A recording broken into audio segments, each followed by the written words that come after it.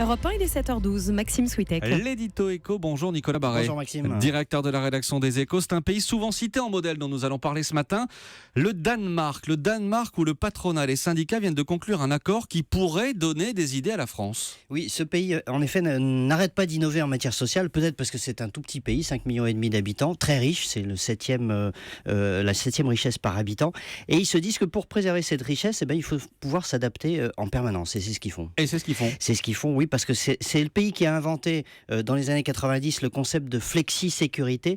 Alors c'est un concept séduisant parce qu'il réunit le meilleur de deux mondes, libéral et social. Vision libérale du travail parce que le marché du travail est très flexible, on embauche et on licencie facilement. Et puis vision sociale de l'emploi parce que les salariés ont plus de sécurité, d'accompagnement, de formation entre deux emplois. On ne les laisse pas tomber entre deux jobs et c'est pas un drame si on perd son emploi. Dans les années 90, il y avait plus de 12% de chômage au Danemark. Les Danois se sont dit c'est pas tenable.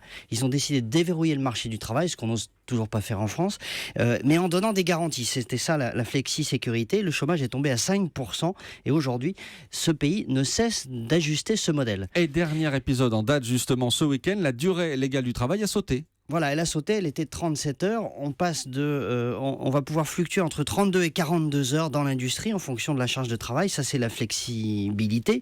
Et puis, en contrepartie, les syndicats ont obtenu plus de crédits de formation. Ils mettent ça d'ailleurs devant les hausses de salaire, plus de congés pour les plus âgés, etc. Alors, en France, à droite, comme chez Emmanuel Macron, on regarde ce modèle avec un mélange d'envie et de méfiance.